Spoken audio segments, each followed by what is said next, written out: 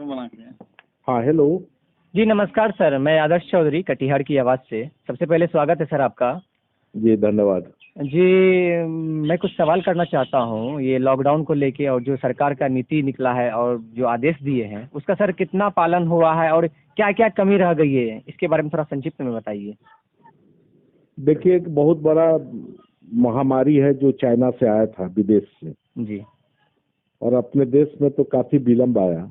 जी जब विदेशी लोग भारत आए, जी विभिन्न शहरों में गए, जी तो फिर उसके माध्यम से एक दूसरे के फैलता चला गया। जी ये वायरस है, एक दूसरे से फैलने वाला बीमारी है। जी अगर एक दूसरे जो कोरोना से प्रभावित लोग हैं उससे अगर न सटा जाए, उसके नजदीक न जाया जाए, उससे मिलना जुलना न हो, तो ये बीमारी नहीं हो सकता है। जी ये सबसे महत्वपूर्ण बात है। इसी बात को हम सब लोगों को समझने की जरूरत है, आम जनता को ये समझने की जरूरत है। जी सर। इसी सिलसिले में जो बीमारी फैल गई है, जी महामारी है, और एक दूसरे से ये फैल रहा है। अपने देश में भी फैल रहा है, बिहार में भी फैल रहा है, कटिहार जिला में भी अब कोरोना आ गया है। जी जी ऐसे परिस्थिति में जो मुख्य बातें हैं बचने के लिए, जी सबसे मुख्य बात है कि आप जितना दूरी बना के रखिए।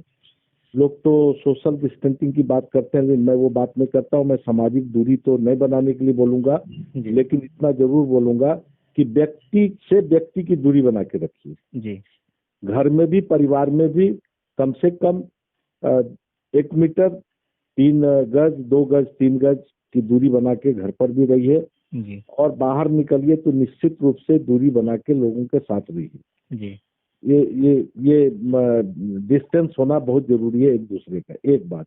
जी दूसरा जो महत्वपूर्ण बात है कि हाथ की सफाई सबसे ज्यादा जरूरी है। जी हाथ की सफाई इसलिए जरूरी है कि हाथ के माध्यम से कोरोना ज्यादा फैलता है, क्योंकि हाथ से हम मुंह, नाक, कान सब दिन रात छूते रहते हैं। तो इसलिए हाथ को धोना साबुन से हो, इसको बहुत जरूरी है। जी हर घंटे में एक बार जरूर साबुन से हाथ धोना चाहिए, और हाथ धोने का अवधि कम से कम 20 सेकंड होना चाहिए। आधा मिनट करिए तो बहुत अच्छा है। जी एक एक घंटे में धोइए, कम से कम दिन भर में 10 बार, 12 बार, 15 बार धोने की कोशिश किया जाए। जी इससे भी बचा जा सकता है। सर, क्षेत्र में ऐसा भी देखा जा रहा है कि काफी लोग ऐसे भी मिले हैं जो कि इस सब बात को और सरकार के इस नियम को मानने को तैयार नहीं है। इसके बारे में क्या कहेंगे? मैं यही बता रहा हूँ कि ये बचने का यही सब उपाय है। तीसरा बात है कि एक बाहर निकलिए तो मास्क जरूर लगाइए। जी हर व्यक्ति के पास मास्क नहीं हो सकता है, लेकिन हम लोग गांव देहात के लोग हैं, हर व्यक्ति के पास में गले में ही गमछा रहता है, कंधे पर गमछा रहता है, गमछा लपेट के रहना चाहिए। जी, चाहे वो मजदूर क्वालिटी के क्लास के क्यों ना हो। हाँ, हर आदमी के घर में गमछा है। जी मजदूर क्वालिटी के पास तो गमछा रहता ही रहता है। जी नाक और मुंह को ढक के रखना चाहिए ताकि वायरस वो अंदर नहीं प्रवेश कर सके। जी अब ये लॉकडाउन है, तीसरा फेज लॉकडाउन का है, जी लेकिन आम लोग जो बात आप उठा रहे हैं, ये मैं भी बोल रहा हूँ जी कि आम लोग इसको गंभीरता से नहीं ले रहे हैं। नहीं लेने का मतलब है कि आप बीमारी को आप बुला रहे हैं, जी घर बुला रहे हैं।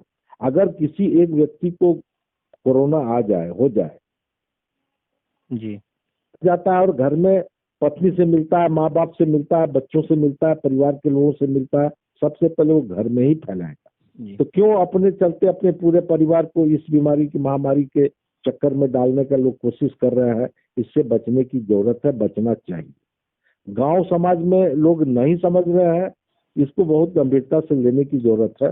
बाजार से जितना दूरी बना के रखिए, कम जाइए, नहीं जाइए, ज्यादा अच्छा है। जाना जरूरी है तो जरूर जाइए। सब्जी वगैरह, दूध खरीदने अगर आप जाते हैं तो निश्चित रूप से वो सब्जी को घर में ला करके सीधे किचन में मत ले जाइए।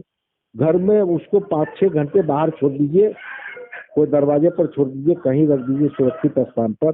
5-6 घंटे के बाद उसको पानी से बिल्कुल धो करके घर के अंदर में प्रवेश करिए। जी और प्लास्टिक का कोई पैकिंग का सामान आता है, उसको भी कम से कम 2 घंटा बाहर छोड़िए, और घर के अंदर उसको जरूर पानी में डुबा करके बाल्टी में पानी डाल दीजिए, सबको धो दीजिए। धो करके सामान को अपने अपने डब्बे में बंद करिए। और इस प्रकार से बचा जा सकता है। ये बहुत तो सारे सर मजदूर ऐसे भी है जो कि बाहर सुरक्षित से आए हैं और उसके जानकारी प्रशासन को नहीं दी जा रही है। लोग मैं क्वारंटाइन सेंटर में जाने से डर रहे हैं सर, इसका कारण क्या है?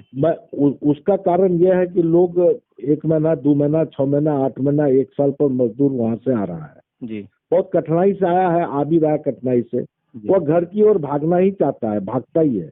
जी लेकिन हम देख रहे हैं कि 2%, 1% को छोड़ दिया जाए तो 95 से 98% परिवार, जी जिस परिवार का मजदूर भी बाहर से आया है, वो परिवार उसको घर में रखना नहीं चाहता है जी और उसके लिए स्कूल में क्वारंटाइन में रहने की जरूरत है। आप 14 दिन, 15 दिन रहिए, कष्ट से रहना है रहिए। आप कष्ट से आए हैं, कष्ट से बाहर में थे, 15 दिन और कष्ट कीजिए। हो सकता है कि उस बीमारी को लेके आप बाहर से आए, जी तो लेके आए हों तो आप तो घर वाले को फैलाइएगा। 10 दिन, 12 दिन, 14 दिन, 15 दिन रह करके आप उस बीमारी पर स्पष्ट रूप से जान लीजिए। अगर बुखार हो गया, तेज बुखार है, सर्दी खांसी है, सूखा खांसी हो रहा है, या और अन्य किसी प्रकार का आपको तकलीफ शरीर में हो रहा है, जी जकड़न हो रहा है, कंठ में जकड़न हो रहा है, ऐसे परिस्थिति में आप निश्चित रूप से डॉक्टर की सलाह लीजिए, प्रशासन को सूचना दीजिए और आप अपनी जांच कराइए। कोरोना अगर होगा तो आप उसका इलाज कराइए, नहीं होगा तो फिर जो इलाज होगा इलाज होकर के आप घर में सुरक्षित रहिए। मैं खास करके मजदूर वर्ग से कहना चाहूंगा, जी जो आप बाहर से आ रहे हैं, मेरे भी गांव में बहुत लोग आए हैं, जी जी मैं सबको समझाया हूँ, सब लोग उसका उपाय भी कर रहे हैं। जी होम क्वारंटाइन भी आप कर सकते हैं, लेकिन होम क्वारंटाइन उतना संभव नहीं हो पाता। छोटा बच्चा घर में आके गोद में आपका बैठ जाएगा, उसमें परिस्थिति होगी।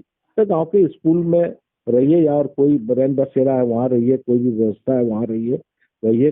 घर से ही खाना मंगा लीजिए, सरकार भी व्यवस्था कर रही है। कुछ कमियां है सरकार के द्वारा कि क्वारंटाइन में जो भी स्कूल वगैरह में है उसको ठीक से व्यवस्थित नहीं की जा रही है। एक आध जगह केस आया है कि लोग भाग गए हैं खाना नहीं मिलने के कारण। जी जी तो मान हाल लीजिए फिलहाल में कोई सर कटिहार से भी आया है केस। हाँ, कटिहार लोग इसी भवन से भागा है, ये सर, बात इसका सही है। जिम्मेदार कौन है सर?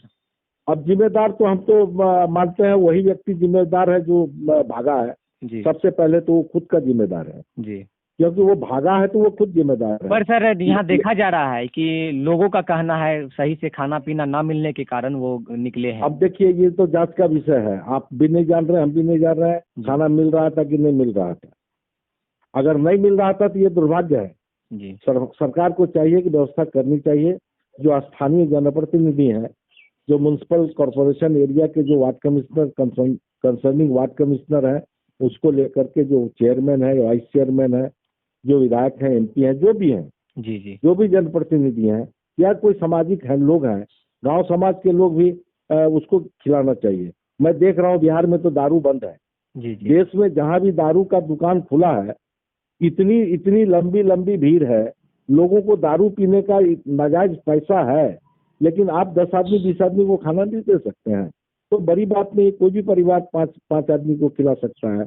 अगर कोई स्कूल में, ऋषि भवन में या कहीं भी 10-15 लोग थे तो अगल बगल के लोगों को भी चाहिए कि एक बार पूछ लें, भाई आप लोगों को तकलीफ है क्या? अगर तकलीफ है तो जो तकलीफ है उसको दूर करने का कोशिश करना चाहिए। हर चीज सरकार के भरोसे नहीं रहना चाहिए।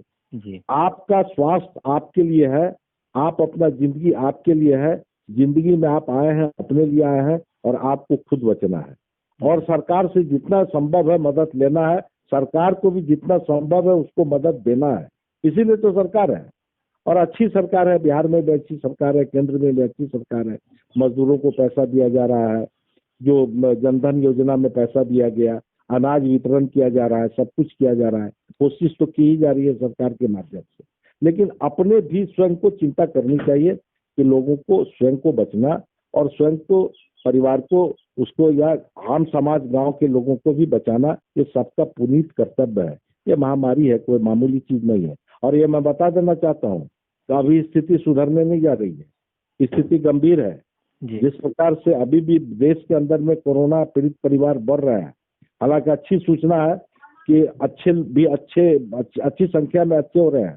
बिहार में या देश में मरने का परसेंटेज भी दुनिया के सब देशों से बहुत कम है। सर जी ये बहुत अच्छी खबर है देश के लिए। और इसके लिए हम भारत के आदरणीय प्रधानमंत्री नरेंद्र भाई मोदी को हम धन्यवाद देना चाहेंगे। आपने बहुत समय पर लॉकडाउन आपने किया था। लॉकडाउन ही एक कारण है जो इस प्रकार की बात है। वो तो जमाती लोग आ गए जो कि देश के अंदर में कोरोना को फैलाने में बहुत बड़ा सहायक बन गए। जी 34% आज जो भी कोरोना से पीड़ित लोग हैं वो या तो जमाती है या जमातियों के माध्यम से एक दूसरे के में गया है। ऐसे परिस्थिति में समाज के लोगों का भी दायित्व है, कर्तव्य है कि उसको अपने से ठीक ढंग से निर्वाह करें, स्वयं बचें, परिवार के लोगों को भी चाहिए कि उसको बचावे। सर, आपका परिचय है?